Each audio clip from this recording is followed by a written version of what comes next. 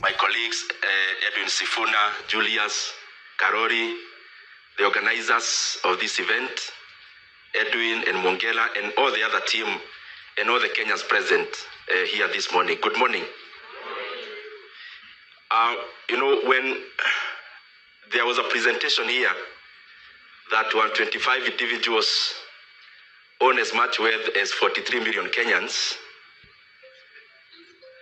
and somebody talked about Mohesh Fulani, I don't know why everyone was pointing at Edwin Sifuna.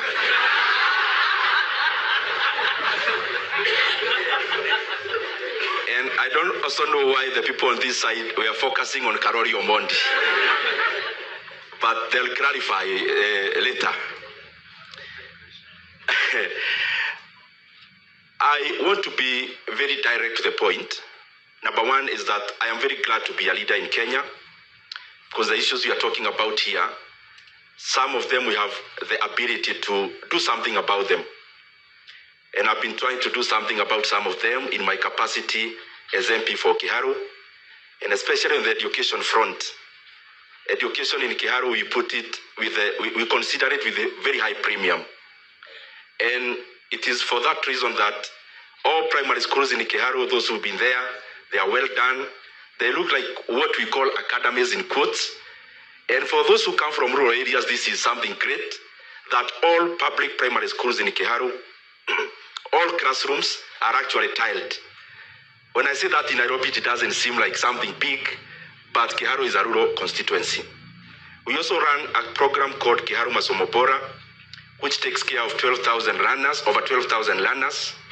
And this school in Kiharu is actually 1,000 shillings per term. The rest we take care of. And actually in that 1,000 per term, learners eat in school from Monday to Saturday. And by the way, in Kiharu, every last Friday of the month, those learners in all day schools, they actually eat chapati for lunch. Actual ones, they are cooked. Why is inequality so important? Why is inequality very important, even economically speaking? In terms of my leaning politically, I would say I'm center-right. I am also a proponent of enterprise because I think they do something great for the economy. But in terms of equality and inequality, as I have seen very well measured here, even through Gini coefficient, when you have, just to put it in banal terms or in plain terms, when you have 1 million people here, 2 of them, they have, let's say 2 billion shillings each. And the other ones, they have $1 each. When you are calculating what you call GDP per capita or income per capita, they only take the aggregate, you divide by the number of the people. And I don't think that is a very good representation of the situation. But it is self-feeding. It is a virtuous cycle when it is good. It is a vicious cycle when it is bad. Because when you redistribute the same 2 billion, and the one who have $1 each have much more, and the one who have 2 billion, they are still wealthy, but not with so much disparity. What you do is to give the other people also purchasing power. Because economies run on 2 things, production and consumption. If there are no consumers, if there's no purchasing power to the majority, even the producers themselves, they get a drought. So it is important for us to constantly champion for equality, and that is why I commend Oxfam for this event. The second thing I want to talk about is education. As we have seen in the figures here, capitation in our primary schools, because it's primary school that started in 2003 in terms of free basic education, it has been decimated to 18% currently, and especially given on the depreciation of purchasing power since then. The figure hasn't changed, but the purchasing power of that figure has shrunk to 18%. Now, this is the bad news I want to give Kenyans, because part of our work is also to sensitize. The principals in our day schools as we talk today now, and I'm setting my brother PS, and I recognize your presence here.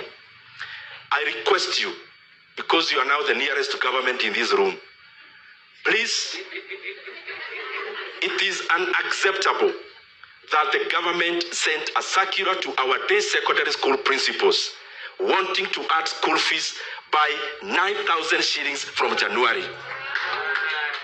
And I just want to request you, as a member of parliament for Kiharu, free basic education is important even for bridging the inequality gap, for building capacity of Kenyans, and I want to assure you as a member for Kiharu, there will be no school fees that will be increased in January as far as we are still serving Kenyans. And therefore the government need to reconsider. Some of these things are not issues of discussion. You cannot take away from Kenyans things that are good. Governance is about progress, not going backwards. You can only add into the gains. And therefore, that issue of basic school increment cannot be accepted. The other thing, as you could have seen, we must also frankly interrogate our economy. We talk about factors of production. In our economic classes back then, it was about land, capital, and the rest. But unfortunately, in Africa, specifically in Kenya, and you can attest to this, the most important factor of production currently is political patronage, clientelism.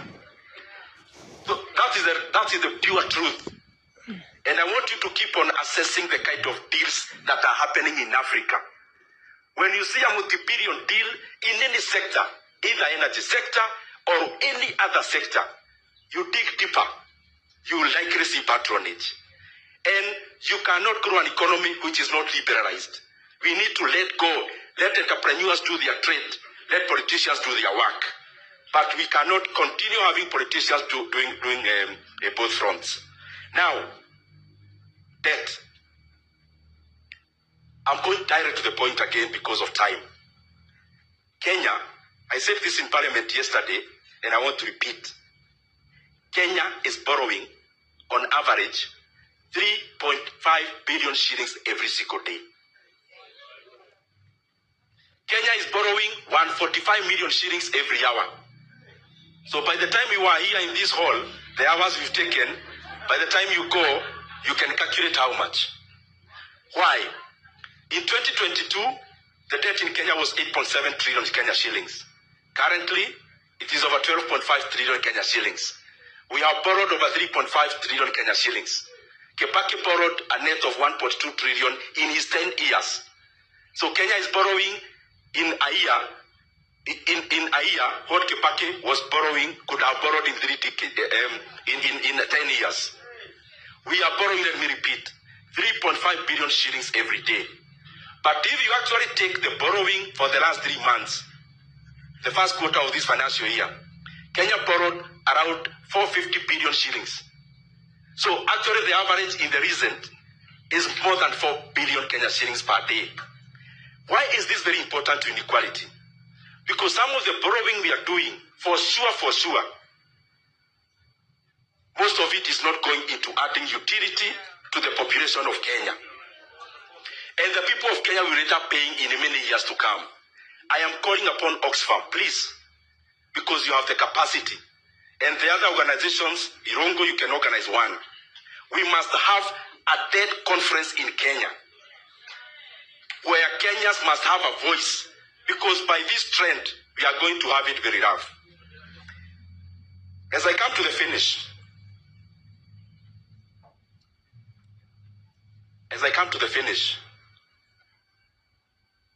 please, I will talk slowly as I finish. Hear me clearly about this issue of debt. Hear me clearly. Kenya is borrowing 3.5 billion shillings every day on average. That's one. Secondly, because people say, oh, Kibaki also borrowed, Uhuru also borrowed. Now listen to this. Besides that borrowing that is in the book, from this financial year, Kenya has also become clever, as Kibaki was saying. And we are now borrowing even off the book. In the book, debt is 12.5 trillion. There are other semantics you hear flying around. One is called securitization. Securitization is an illegal debt. Of 175 billion already taken, it was nowhere in the budget. There's no document anywhere about securitization. The banks who participated they also need to learn a lesson that when time for repayment comes, they will have to look for the people they talked to. If they will not be around, they know what to do. The second debt that is illegal is called Talanta Board. The stadiums you see, Kenya borrowed 44.5 billion Kenya shillings through a board. But the interest rate for that money in 15 years, the interest rate alone is 100 billion Kenya shillings. That is why the Talanta Stadium you see, we are told the value, the cost is 44.5 billion. The real cost is over 145 billion Kenya shillings. And I challenge anyone, including the National Treasury, challenge my figures. Because as I said yesterday, facts are like a lion. When you have a lion, you unleash it. You don't need to defend it. It will defend itself. And that is what facts do. Now, besides that, borrowing, as I finish some. Now, Kenyans will say, but we see many things, this happening. This is what I want to conclude with. Kenya is borrowing 3.5 billion every day. It's borrowing 1.25 trillion every year. That is the money President Kibaki borrowed in 10 years. But everything you see with your eyes is not part of that borrowing. The Nairobi, Nakuru expansion is not part of that debt. That is your money that you contribute to NSSF. That the government has forced NSSF to invest that money, then they'll collect their money using toll. So we need to ask government, the money you raise through infrastructure board, where is the money going to? Others will talk about Talanta Stadium. Talanta Stadium, as I said, is not part of the borrowing that I have enumerated. That is another illegal debt, as it happened in Senegal in the last term. The smart city you see in Nairobi happening is also not part of your revenue that you generate as taxes. That is money from South Korea. The expansion of Congo Road that you are seeing, including the many barabara ya gorofa munaona zinajengwa, that is also not your taxes. That is Japanese money. The programs you hear the government launching, including Nyota, that they hijacked the other day, that is also not your taxes. That is money from World Bank.